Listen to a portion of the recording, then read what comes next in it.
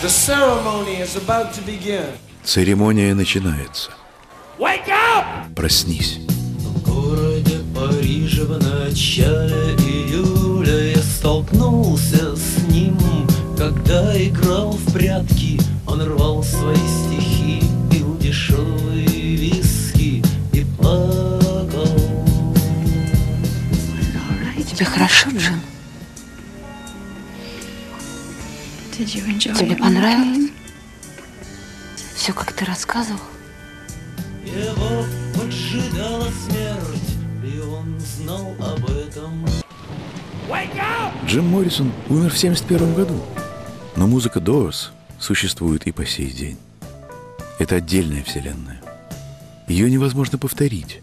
Она не поддается расшифровке, как иероглифы неизвестной цивилизации. Но ее можно слушать. И если вы действительно ее услышите, написанное иероглифами станет неожиданно ясно. И вы узнаете, что написано это было про вас. Имя? Джим. Род занятий?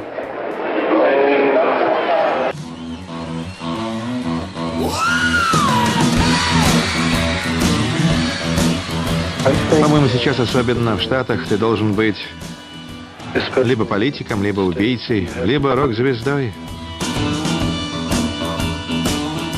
Квинтэссенция американской рок-звезды — это Джим Моррисон. В то время он был самым красивым мужчиной в Голливуде и, наверное, на всей планете. Я король ящерица. Я все могу.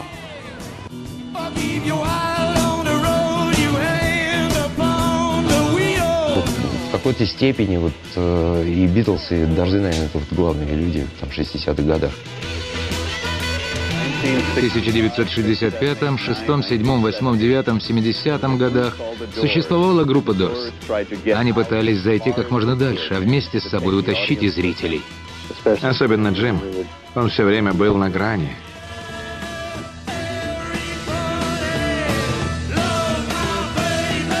Каждый парень хотел быть на него похожим.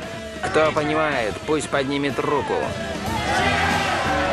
И каждая девушка хотела лечь с ним в постель. Моррисон — это мой вообще любимчик.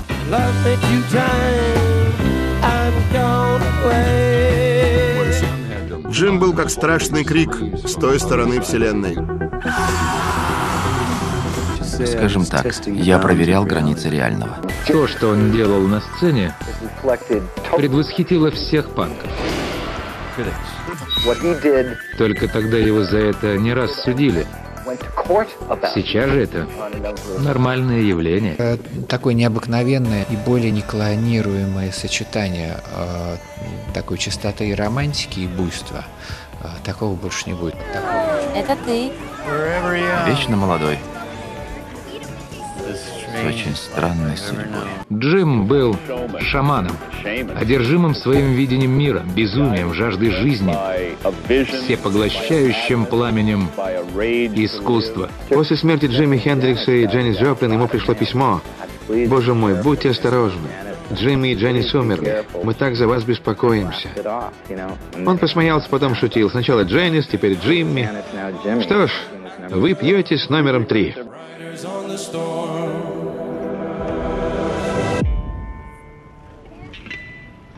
Ключевое событие в детстве Джима, которое, как он считал, его сформировало, произошло, когда ему было 4 года.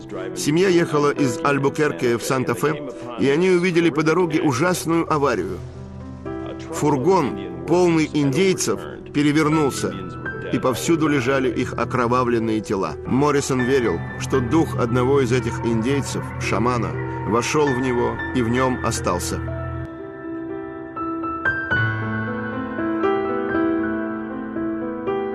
Джим Моррисон родился в маленьком городке Мельбурн во Флориде 8 декабря 1943 года. Его отец был адмиралом военно-морского флота и был представителем власти, против которой Джим бунтовал. В подростковом возрасте яркий ученик становился все более агрессивным в школе и дома. Его отец, очень строгий человек, пытался сломить сопротивление Джима. 60-е характеризуются конфликтом поколений. Не хочу преувеличивать, но Джим — ярчайший пример этого конфликта. Его родители не знали, что делать с таким ребенком, как Джим. Понятия не имели. Что они все здесь делают? Ненавижу людей. Это обычный подростковый кризис. Дети вырастают и говорят: слушайте, мир вовсе не такой пушистый и добрый, как говорили мама и папа. В нем есть что-то темное, зловещее и опасное. И у Джима это отражалось во всем, что он делал. Настроение, в котором я обычно пишу, это нечто, мрачность. Ну, знаете, такое бывает, когда ты не дома. Знаешь многое, но ни в чем не уверен. По-моему, в классе в 8 он прочитал «Вой» Аллена Гинзберга. Подумайте, сколько ему было лет? Никто не читает такие вещи в 8 классе. Никогда. Именно тогда он обнаружил волшебное сочетание этого литературного жанра с музыкой и алкоголем. Мне нравится уют родного дома. В 19 лет неспособность Джима вписаться в стереотипы привела его к конфликту с законом. Его арестовали за то, что он украл шлем из полицейской машины, сопротивлялся при задержании и устроил пьяный дебош. Некоторые бунтуют, потому что им нечем заняться, но Джим был особенный и в добре, и в зле. В алкоголе Моррисон нашел прекрасное топливо для своего пыла бунтаря-одиночки против полиции, против своего строгого отца и против всего остального. Там был один человек, который утверждал, что можно проклясть Бога молитвой. Мне кажется, разрыв с родителями сильно отразился в его стихах. Он пишет как отчужденный, глубоко одинокий человек. Невозможно проклясть Бога молитвой. Повзрослев, Джим уже не хулиганил. Его отец хотел, чтобы сын пошел по его стопам и стал военным. Вместо этого Джим отправился в Калифорнию и поступил в киношколу Калифорнийского университета.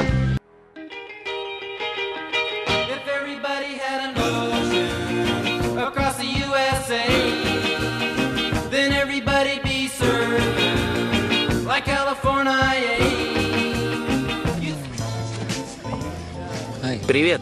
Привет. Что, двери не нашел? Пустая трата времени.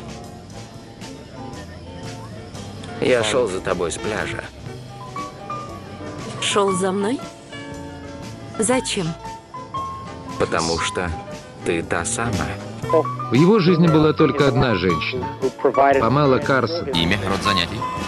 Памела Моррисон, декоратор. Они познакомились в Венеции еще до образования группы. Она была с ним до самого конца. А Джим называл ее мировой супругой, писал о ней песни. И несмотря на всю бурность их отношений, он всегда возвращался. Потому что я поэт, а ты моя муза. Реймонд Дэниел Манзарек родился 12 февраля 1939 года. В Лос-Анджелесе мы были студентами и кинематографистами. Я хотел заниматься серьезными драматическими художественными фильмами, а Джим больше склонялся к экспериментальному кино. Ницше сказал, великие свершения должны вершиться под маской устрашения, чтобы память о них навеки сохранилась в умах человечества. Моррис, это классно. Неординарно и поэтично, в духе года. Этот мир таит в себе жажду власти и ничего более. С большой претензией, Джим, и несколько непоследовательно. Танцующие девушки, нацизм, мастурбация. А дальше? Я ухожу. Не думаю, что у него была большая любовь и потребность снимать фильмы. Его первой любовью была поэзия. Однажды на пляже ему встретился студент киношколы Рэй Манзарек. Я сидел на пляже, а Джим опустился рядом со мной и погрузил руки в песок. Я с кино завязал. Чем еще занимаешься? Пишу песни, стихи. Все такое. Может, споешь? Я стесняюсь. Перебирая в пальцах мелкие песчинки, он запел Moonlight Drive. Let's swim to the moon. Let's climb through the tide. И когда я услышал «Давай доплывем до Луны, давай оседлаем прилив, давай проберемся в вечер, чтобы спрятать в нем свои сны», я подумал: о, это нечто совершенно новое. Черт, прекрасная лирика, чувак. On our moonlight drive. словами Тимоти Лири, которым мы все болели в то время. Это психоделика. Ты сам написал? Еще есть? Целая куча. У меня в голове уже концерт созрел. Я это прям вижу. Давай создадим группу и заработаем кучу денег. Название уже есть. Doors. Ты о дверях разума? Книга Хаксли? Двери восприятия? Дурь. Классно. Это цитата из Уильяма Блейка. Когда очищаются двери восприятия, все видится в подлинном свете. Гениально. Мне нравится. При первом проблеске Эдема мы бросились к морю и встали там, на берегу свободы, в ожидании восхода.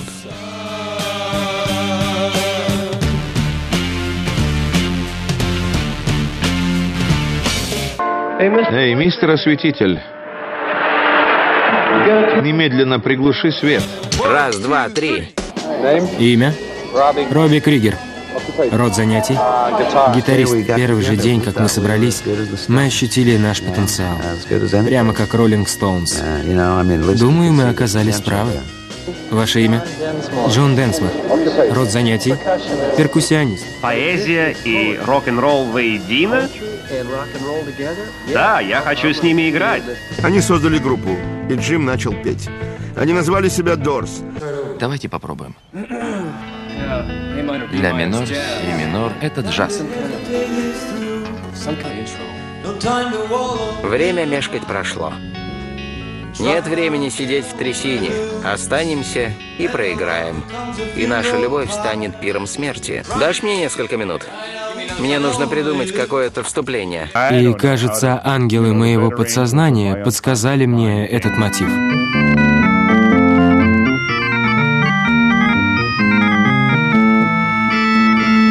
А потом так.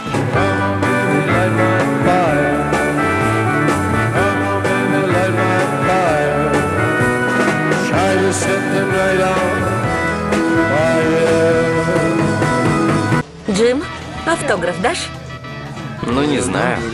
Куда тебе его поставить? Куда хочешь. Стихи Моррисона к рок-песням вскоре привлекли внимание местной публики. Они стали домашней группой «Whiskey A Go-Go», баре с сомнительной репутацией, где их застенчивый солист часто выступал спиной к публике. Повернись, пусть они тебя видят, Джим.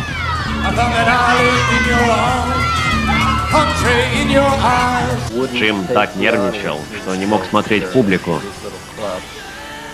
А потом все изменилось, и его невозможно было остановить.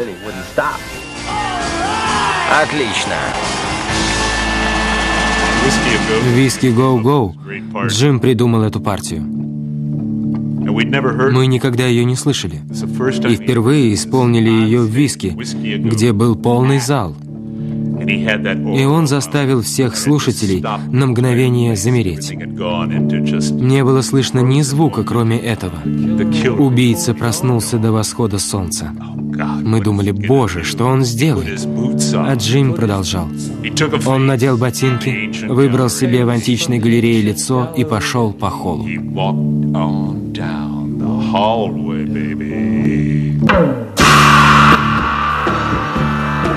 Это конец. Что он имеет в виду? Отец. Yes, son. Я хочу убить тебя. Неужели он говорит о смерти? Мама.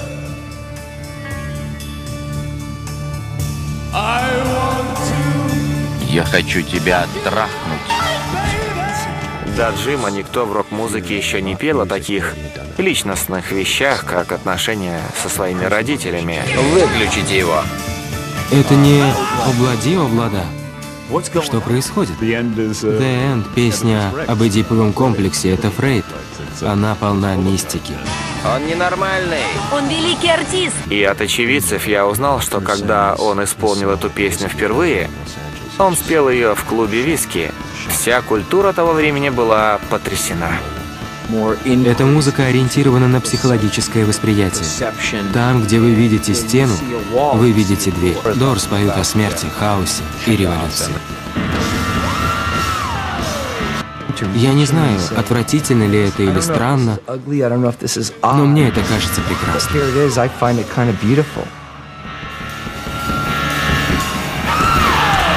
Это владелец Elektra Records. Он подписал с Джимом контракт именно благодаря подобным выступлениям в Виске. Выметайся отсюда. Никто здесь не будет трахать мать. Вы, ребята, это просто Бертольд Брехт, это кабаре, рок-н-ролл. Я вообще потрясен.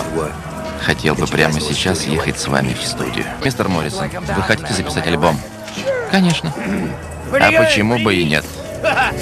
Я не знал их. Для меня это была просто очередная группа. В дверь вошли The Doors. Мы вошли в студию с материалом на 2 альбома. У нас было около 30 отличных песен. Большинство были очень неплохие. Джим пришел в студию совершенно неопытным. Мой любимый микрофон, Telefunken 47, я показал его Джиму, и он был потрясен. Он сказал: «Ничего себе! Это микрофон Фрэнка Синатры». И я понял, что он большой поклонник Синатры. Мне хотелось бы написать песню, выражающую настоящую радость. Этакий праздник жизни или восхода солнца. Когда мы заканчивали этот альбом, то понимали, что записали отличную пластинку. Но никто не знал ни о влиянии, которое она окажет, ни об успехе. Это классический альбом. Совершенный альбом. Не могу больше ничего сказать. Мы создаем не альбом, а себя. Диджей местного радио сказал, что у него требует Light My Fire. Я поставил ему эту песню. Он сказал, что ее придется сократить для сингла, что это хит. Мы сказали, что не можем этого сделать. Но все-таки мы сдались. И последовал настоящий прорыв. Однажды Джиму Моррисону задали вопрос: «Откуда в вас такая интенсивность?»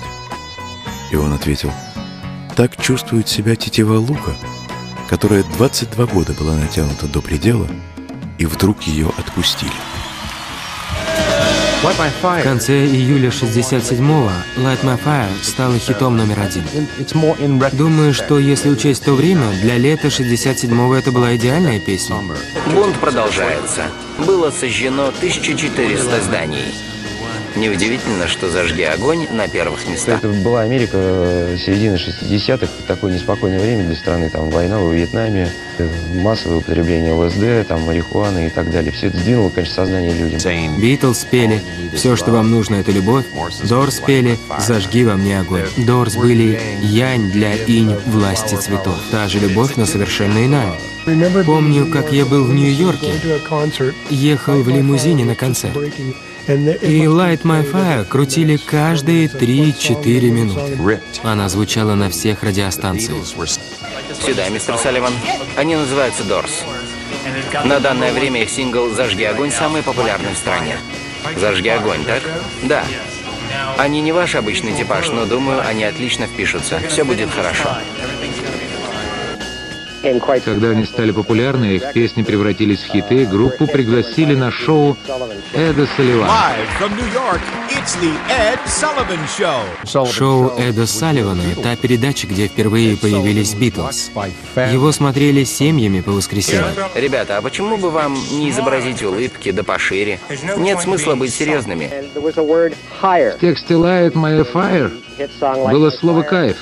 И ребят попросили его не петь. Нас просили не петь строчку про балдеж. Прямо из Лос-Анджелеса, Калифорния, дамы и господа, Doors. И вдруг маленькая Салли наклонялась к экрану, чтобы посмотреть на короля-ящерицу. Со звуком порядок? Ты знаешь, что я лгу. Если я сказал тебе: «Бэби, больше нам уже не вставит». Он сказал. Он произнес это по национальному телевидению. И отец понимал, что так нельзя. Что он делает? Что это? Боже, не снимайте! Отвернитесь! Там же видно его штуку! И как только отец говорил «нельзя», она бежала в магазин скупать все пластинки Doors. Ты все испортил, подонок. Ты никогда не будешь работать у Салливана.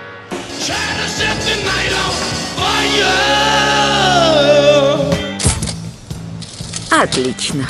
Глория Стейверс сделала те известные фотографии. Они ввели его в мир моды. Энди, это Джим Моррисон из всемирно известной группы Doors. А это Энди Уорхол, познакомьтесь. Нам так нравится ваша музыка. Как дела, Энди? Попав в круг знаменитостей, Джим стал изменяться. Он стал другим. Он становится более странным, более загадочным. Чаще всего я испытываю тяжелое, мрачное чувство. Как будто кто-то находится вне родного дома. Джим многое пережил. Когда я с ним познакомился, он принимал психоделики. И, как и многие, пробовал их еще и еще, чтобы узнать, как далеко он может зайти. На самом деле, я представляю себя тонким, умным, ранимым существом с душой клоуна, который все портит в самые ответственные моменты. От наркотиков Джим все больше и больше переходил к алкоголю. У него были ирландские корни. Дай ему двойной, тройной. Представь себе меня и Моррисона в одном фильме. Два крутых ирландца. Два задира и пьяницы в одном фильме. Да, я буду режиссером. У Денниса Хоппера получилось, у меня тоже получится. Джима я знал как человека, готового проверить все установленные людьми ограничения. Разбить машину. Смотри, там легавые. Где? Тормози. И заявиться пьяным в полицию. Интересно, сойдет ли им это с рук? Сошло? Делаем. Мы трое будем режиссерами. Придумаем настоящий дорожный триллер, черно-белый, и назовем «Зеро». Какого черта? Ты что, рехнулся?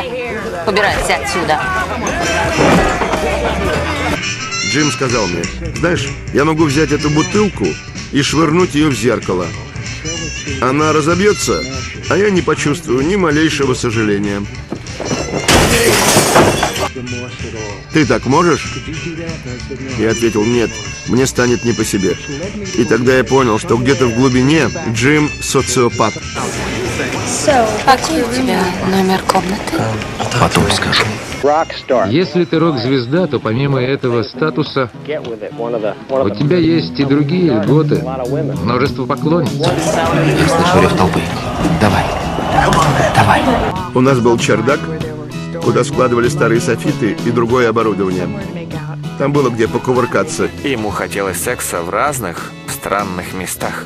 И я говорила: я отрываюсь с Джимом Моррисоном. Секс в последнюю минуту, когда толпа уже ждет и скандирует его имя.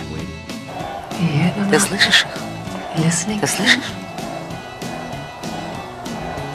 Они ждут тебя. И когда шоу уже начиналось, он говорил: ну ладно. И потом он спускался по лестнице прямо на сцену. Что вы здесь делаете? Ничего. Тогда выходите, за кулисами стоять запрещено. Вы знаете, кто это? Я из группы. Выходите. Выходите отсюда быстро. Кажется, что в жизнь Джима не может проникнуть любовь. И ему недостает этой любви. Он вытащил газовый баллончик и брызнул мне прямо в глаза. За то, что я занимался со своей девушкой тем, чем он хотел бы заняться, но у него есть только пистолет. Он ищет эту любовь. И, может быть, поэтому совершает необдуманные поступки. Нет, говорите, уважаемый. Мистер Моррисон, вы зашли слишком далеко. Вы нарушили все нормы приличия. Вы арестованы. Слышали? Пошли с нами. Из документальных материалов видно, что Джим был в шоке от этого ареста. Он такого не ожидал. Он вообще не предполагал, что такое может случиться. Он певец, и вдруг арест. Но это случилось. Затерянные в римской пустыне боли, все дети сходят с ума. Как подмечены черты поколения любви. Возможно, так и есть.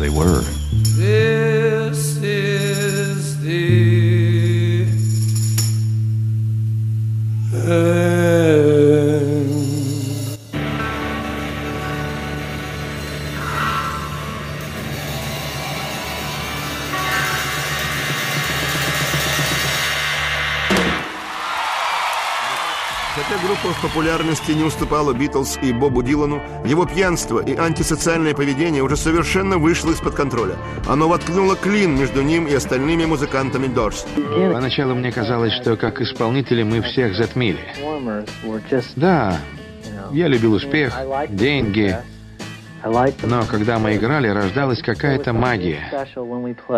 И я заметил, что она исчезает. Видел, как Джим разрушает себя.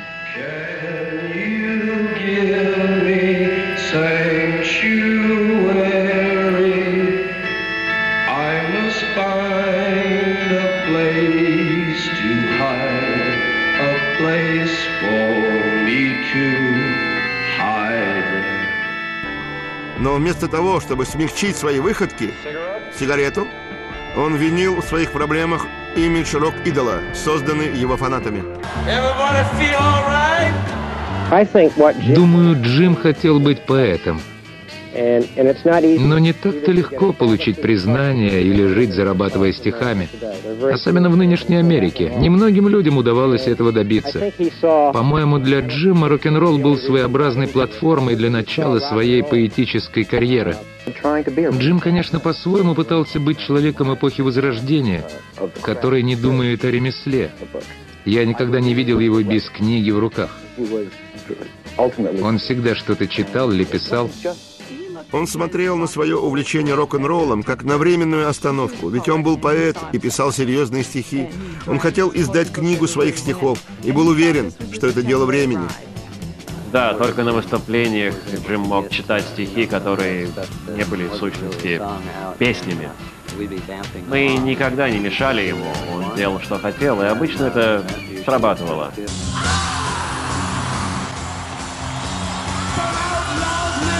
Преступники живут на берегу озера. Дочь священника влюбилась в змею, что живет в колодце у обочины дороги. Проснись, девочка, мы почти дома. Да, утром мы увидим врата. Вечером войдем мы в них. Конечно же, мы, Джон, Роб и я, всегда считали его поэтом. Иначе мы бы не играли в одной группе. В 1969-м, чтобы доказать это, он сам публикует небольшую книгу своих стихов и посылает копии своим друзьям. Но реакция была более чем ошеломляющая. Как вам нравится, что вас называют куклой Барби? Думаю, когда такое говорят, это отсутствие мышления. Поскольку он был красавчиком и харизматической личностью на рок-н-ролльной сцене, критикам было сложно воспринимать его поэзию серьезно. А что вы думаете насчет ужасных отзывов по вашей книге поэзии? Думаю, ее не поняли. Знаете, первая реакция была негативной. Официальное литературное сообщество не приняло рок-звезду, и это вызвало напряжение. В некотором роде его примитивность являла им некую угрозу. Она бросала им вызов. Как может рок-н-ролльщик, скучающий по сцене как ненормальный, быть серьезным поэтом? В развитой словесной культуре может быть трудно оценить простоту его лирики.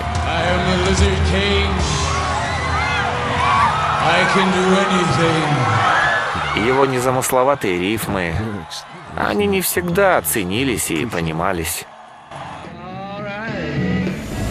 Отчаявшись быть принятым как серьезный поэт, Моррисон решил разрушить свой звездный имидж. У парня выросла борода, словно у русского Распутина. Он стал просто волосатый сукин сын. Он здорово набрал в весе, частично из-за того, что все время пил, но также ему стало некомфортно жить с этим имиджем молодого сексуального рок-н-ролльщика. Я просто хочу отдохнуть. Растолстеть, не ездить, ничего не делать. Просто быть. С таким пузом выбора у тебя нет. Что плохого быть большим млекопитающим? Зверем, вместилищем. Когда на него начали смотреть как на пьяного дурака, его это ужасно расстроило. Джим хотел быть на сцене диким и необузданным. Он не хотел выглядеть глупцом.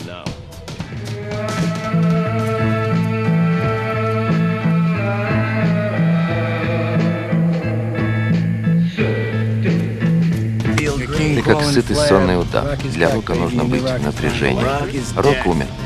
В него больше никто не верит. Я буду писать стихи и снимать кино. Памела уговаривала его стать поэтом, переехать в Париж, порвать с рок-н-роллом и Голливудом. Мне кажется, главным образом это и ускорило его саморазрушение. Да это полная ерунда. Ты уже все перепробовал. Славу, баб, деньги. Что ты будешь делать, когда музыка кончится? Когда ты так заплывешь жиром, что не сможешь забраться на сцену. Дальше что будешь делать? Плевать в окно? Всегда возникал вопрос, кем он будет, Джекилом или Хайдом?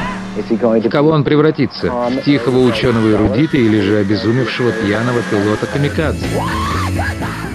Он предложил воплотить в реальность изречение Уильяма Блейка: «Путь излишеств ведет во дворец мудрости». Джиму всегда нравилось изучать людей, исследовать пределы их чувств. Ему было интересно, как долго будут его терпеть окружающие. Он пытался надавить на все эмоциональные рычаги, выяснить, где ваша стена. Ты думаешь, все они хотят только пару автомобилей и дом? Ошибаешься. Знаешь, чего они хотят? Ну скажи, ты правда хочешь узнать? Да, скажи. Чего-нибудь духовного. Вот чего они хотят. Чего-нибудь духовного. Манзарока спросили однажды. Моррисон был отличным шоуменом. Так было с самого начала? Или вы работали над этим? И он ответил: Джим никогда не был шоуменом. Быть шоуменом – дешевка, кому это надо? Джим был шаманом, он был поэтом.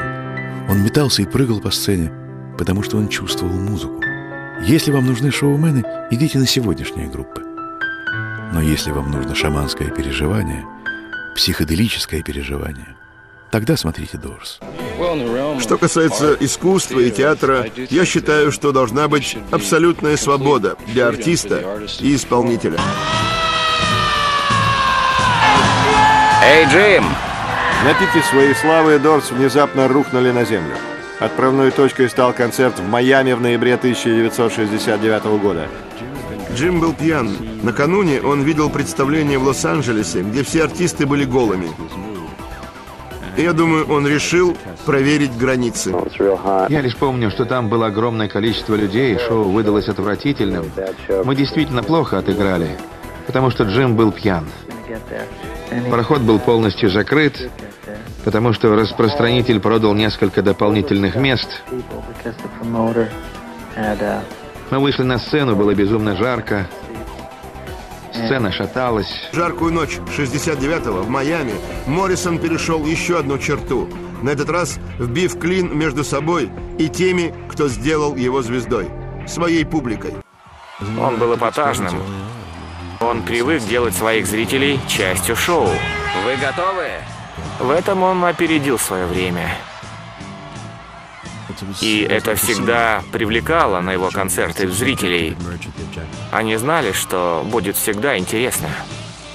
Это все равно, что пойти посмотреть на необычного зверя. Чтобы я больше не видел этого дерьма. Я надеру тебе задницу, приятель. Люди ожидали увидеть выступление чудака, а не просто хорошую группу под названием Doors. Все вы просто кучка гребаных рабов. Сколько вы думаете, это еще продлится? Сколько вы будете позволять им помыкать собой? Джим сказал: хватит, зачем вы сюда пришли? Вы пришли не за музыкой, не за старым добрым рок-н-роллом. Пошел ты, чувак. Верно, именно так и надо. Вы пришли, чтобы увидеть что-то чудаковатое, что-то невероятное, чего вы никогда не видели. Адольф Гитлер жив, и он живет в Майами. И что мне делать? Хотите, покажу вам мой... Я говорю о любви. Любви, любви, любви. Я говорю о том, чтобы мы с тобой любили. Он разделся, пританцовывая, закрывался одной рубашкой. Джим приговаривал: я вам покажу чудака. Я люблю тебя. Давай, милая. Хочешь увидеть? Достану его для тебя и потрясу. Вот вам. Смотрите, видели? И то убирал рубашку, то вновь ей закрывался. Да, я увидела. Позвольте сказать, Джим не выставлял никакие части. Ни законов, ни границ. Хотите трахаться? Выходите сюда. Это ваше шоу. Да. Мне кажется, то, что произошло в Майами, было массовой галлюцинацией. Люди видели змей, но никаких змей там не было. Но они их видели в своем воображении. И все, что Джим Моррисон делал, им показалось. Прорывайся на ту сторону. Мы тут и там искали свои удовольствия, выкапывали свои сокровища. Разве ты не помнишь все наши попытки пробиться на другую сторону? Вы видите, как воздействует его творчество на людей. Мозг уже не поддается умозаключениям. Ты становишься участником действа. Да, Джимми произвел впечатление. Через несколько дней после того концерта Моррисона обвинили в непристойном поведении, хотя многие заявляли, что штанов он не снимал. Ребята ничего не видели, они смотрели на свои инструменты. А Джим не помнил, был он или не был, делал или не делал. Он был обвинен в непристойном поведении на сцене. Был выдан ордер на его арест, и впереди замаячила угроза тюрьмы. Когда Джим отправился делать снимок для ордера, ну, знаете, крутили его голову в разные стороны, полицейский сказал: мы разберемся с твоими длинными волосами. И я держу пари, Джим испугался. И мы все за него боялись. Хочу обратить внимание присяжных на тот факт, что на Бродвее сейчас исполняется мюзикл под названием «Волосы». Актеры там раздеваются и нагими выходят на сцену.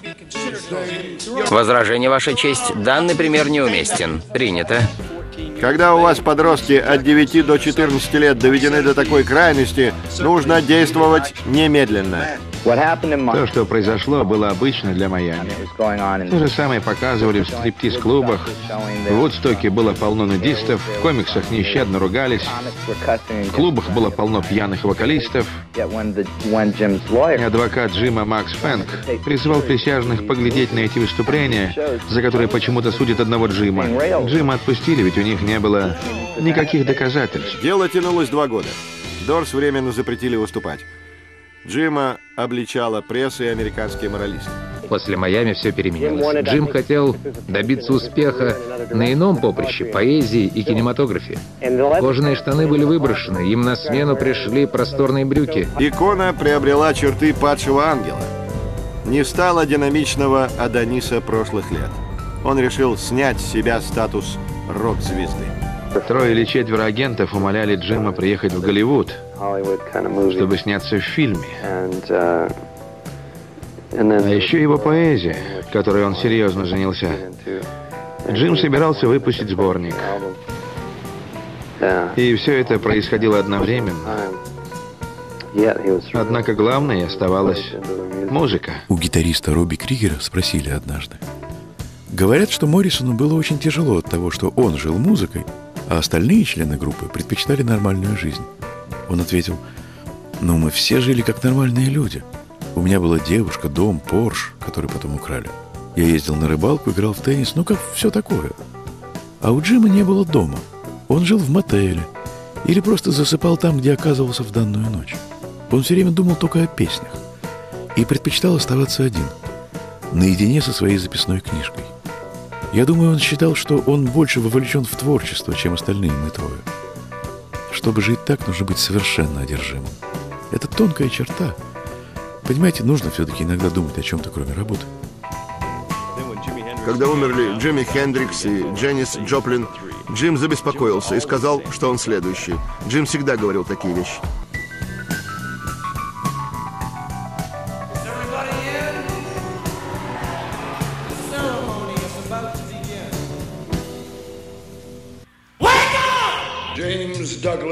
Джеймс Дуглас Моррисон, я приговариваю вас к 6 месяцам принудительного труда в тюрьме округа. И за публичное оголение приговариваю вас к 60 дням того же. После чего вам надлежит пробыть 2 года и 4 месяца на замечании. Ваша честь, у меня есть апелляционный иск на $50 000. Прошу оставить мистера Моррисона на свободе. Рок-сообщество не оказало ему никакой поддержки. Ничего, остались в стороне. А Роллинг Стоунс чуть ли не врагом его объявили. Им-то в какой-то мере это было выгодно. Меньше конкуренции, меньше скандалов. Это ведь было не с ними. Они пытались сохранить свое лицо, встали на сторону общественного мнения. Когда умерли Джимми Хендрикс и Дженнис Джоплин, Джим забеспокоился и сказал, что он следующий. Джим всегда говорил такие вещи.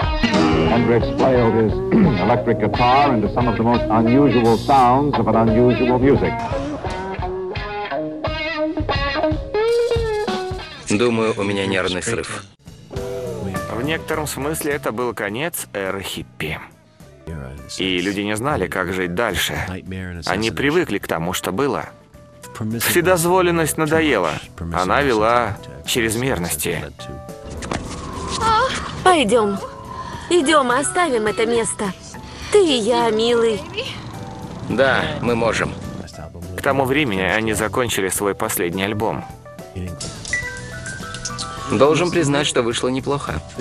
Особенно для 4 парней, которые друг с другом даже не общаются. После LA Woman Джим понял, что больше не может ничего создать в этом виде искусства.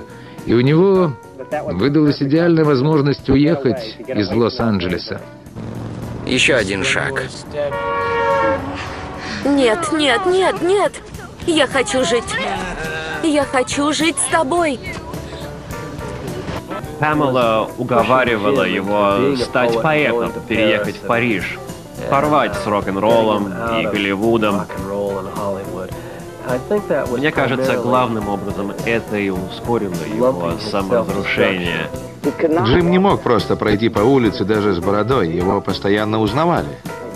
Думаю, такое давление подтолкнуло его к тому, чтобы уехать из Лос-Анджелеса. Так ты будешь жить в Париже? Да. Буду неизвестным, напишу книгу. Наблюдение американца, выпущенного на поруки в Майами. Было ясно, что он не вернется. Джим был не из тех, кого можно было привлечь деньгами, хитами или призывами «Эй, ты снова станешь звездой». Его это не интересовало. Я делал музыку с самим Дионисом. На сцене у нас были моменты, которых не будет ни у кого. Бросай наркотики, Робби. Джим подарил своим друзьям по группе «Американскую молитву». Он тайно ее напечатал. С Рождеством. Мне кажется, он начал думать: хорошо, я возьму себя в руки. Может быть, в Париже я напишу несколько новых вещей, смогу заявить о себе как о поэте, уйду от того, что доставляет мне неприятности. В общем, начну сначала. Разве может быть лучшее место для поэтического вдохновения, чем Париж?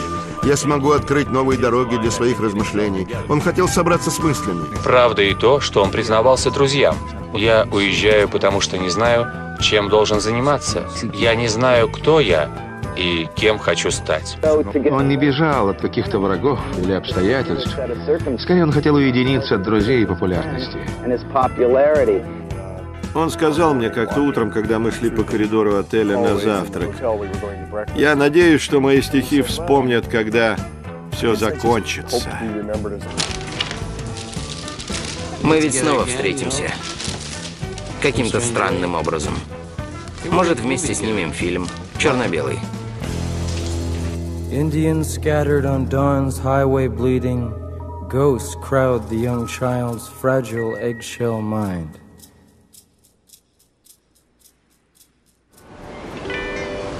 Джим, тебе еще надо успеть на самолет. Да. Моррисон прилетел в Париж 12 марта 1971 года. Приехав, он несколько дней провел в отеле Георга V, встретился со своей подружкой Памелой Корсон, которая уже 3 недели ждала его в Париж. Памела и Джим прожили здесь 4 месяца. Пристань для бывшей рок-звезды. В то время Джим занимал эту спальню с видом на двор и проводил здесь много времени. Джим писал и в одиночку исследовал Париж. Он царапал на листках, сочиняя свои последние стихи. В Париже, городе света, он написал свое стихотворение «Оглядываясь назад». Оглядываясь назад на свою жизнь, я был сражен почтовой открыткой. Снимки пропали, с афиш мое имя пропало. Я не вспоминаю об этих временах. Я ложный герой. Бог сыграл со мной шутку. Джим уже несколько недель во Франции, и тут он уступил демону алкоголя. Он напивался в барах латинского квартала, надеясь, что это поможет ему справиться со скукой и одиночеством. К сожалению, он был алкоголиком, причем в худшей форме. Он пил постоянно, без перерыва. Он доводил себя до самоубийственного состояния. Но я не помню, чтобы кто-то из нас сказал ему: «Эй, парень, ты слишком много пьешь». Никто из нас не сказал это. Мы были так молоды. Мы не понимали, что в 27 лет можно умереть от алкоголизма. Догорает пламя свечи. Мы в конце пути. Мы пытаемся понять, что же будет сейчас. Он написал письмо оттуда.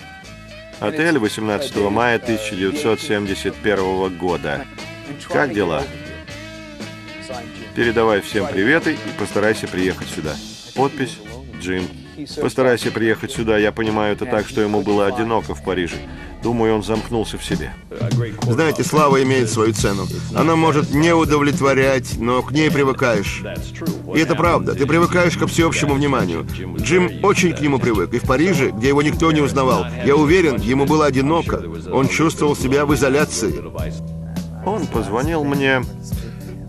Я был последним членом группы, которому он позвонил из Парижа. Он хотел узнать, как обстоят дела с нашим последним альбомом «Лос-Анджелесская женщина».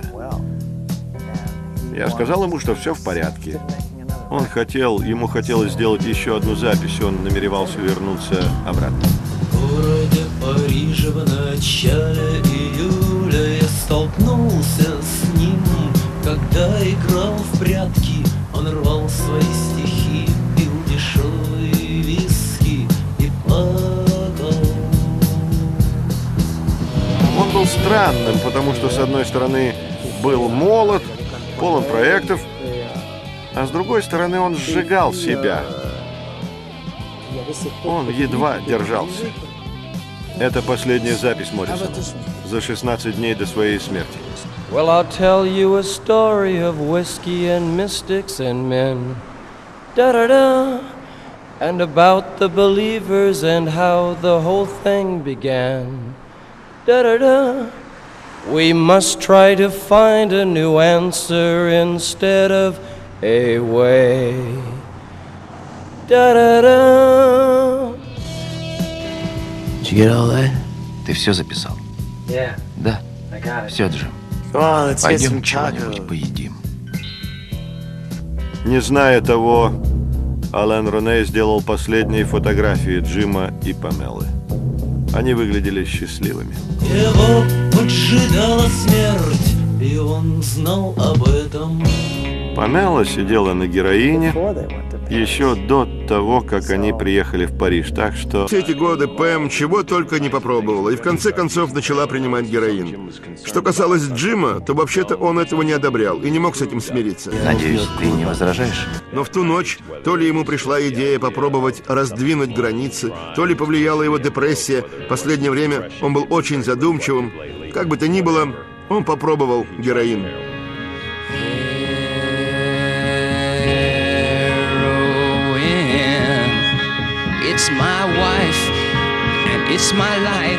После многочасовой попойки Джиму стало плохо. Он решил принять ванну. Крикнув «Пэм, ты еще там?», он умер. Другие считают, что Джим провел ночь накануне смерти в ночном клубе и там умер от передозировки.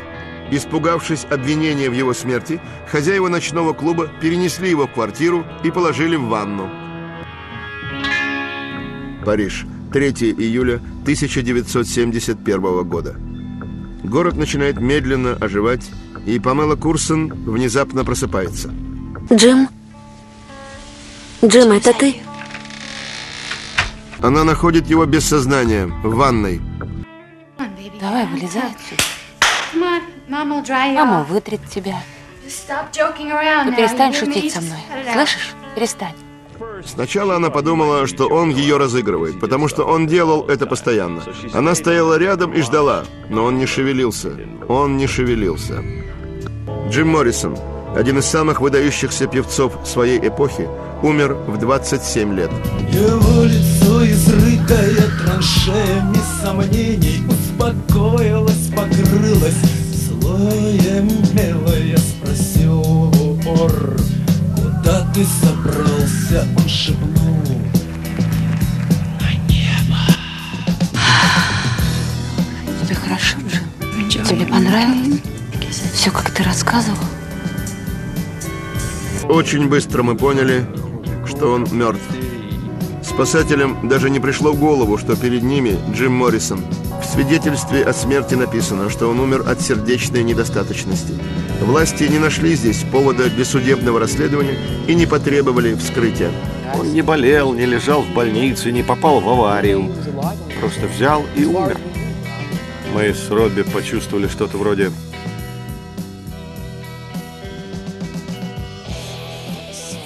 Это правда?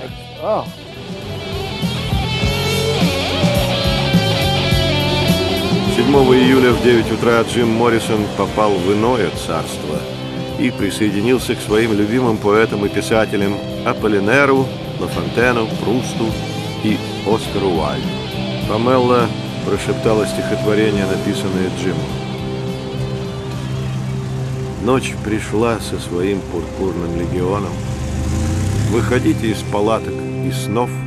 Завтра я попадаю в город своего рождения. Я хочу быть готов.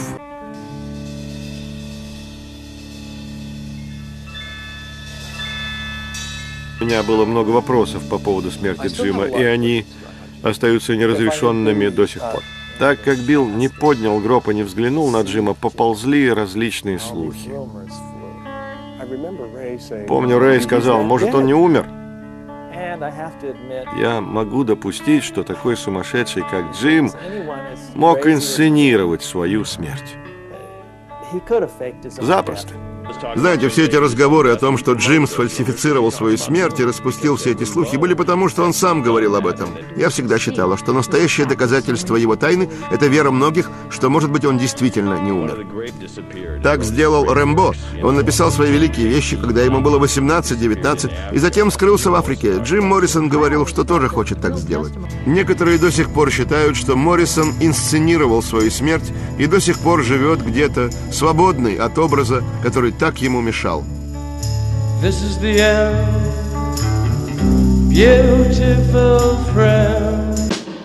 Сегодня миф о нем продолжает жить.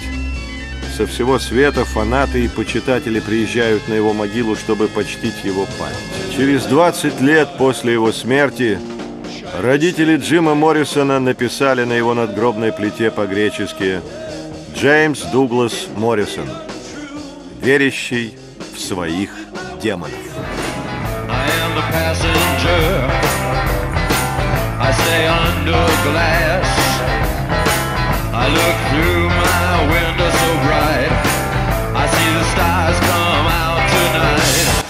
Как правило, художник чувствует жуткое несоответствие между тем, каким он представляет себе мир, и тем, каким мир является на самом деле. И разница это всегда отрицательная, то есть ломки от этого жуткие.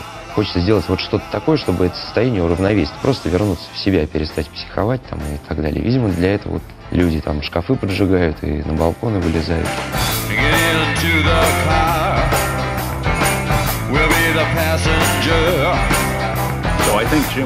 Думаю, Джим был настоящим молодым бунтарем. Он видел, какой ад окружал нас.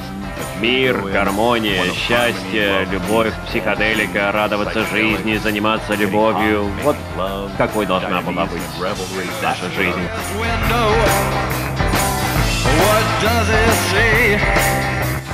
Это дети свободы. Это же все происходило в этот период прорыва осознания. Взлет, восторг, то есть такая, я могу управлять. Оно очень быстро заканчивается. Ментально. И потом, если выводы не делаешь, то все, штопор. То есть пике и... Вы знаете, все его песни были как полет. Полет трагический.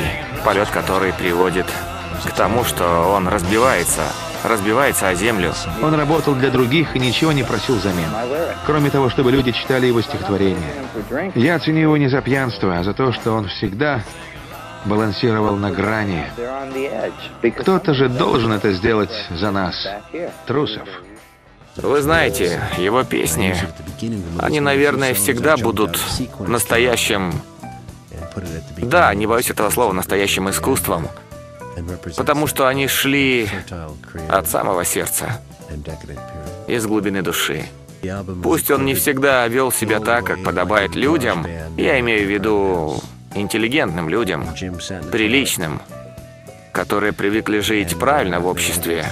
Но его песни, они оправдывают все его поведение, потому что иначе они были бы другими.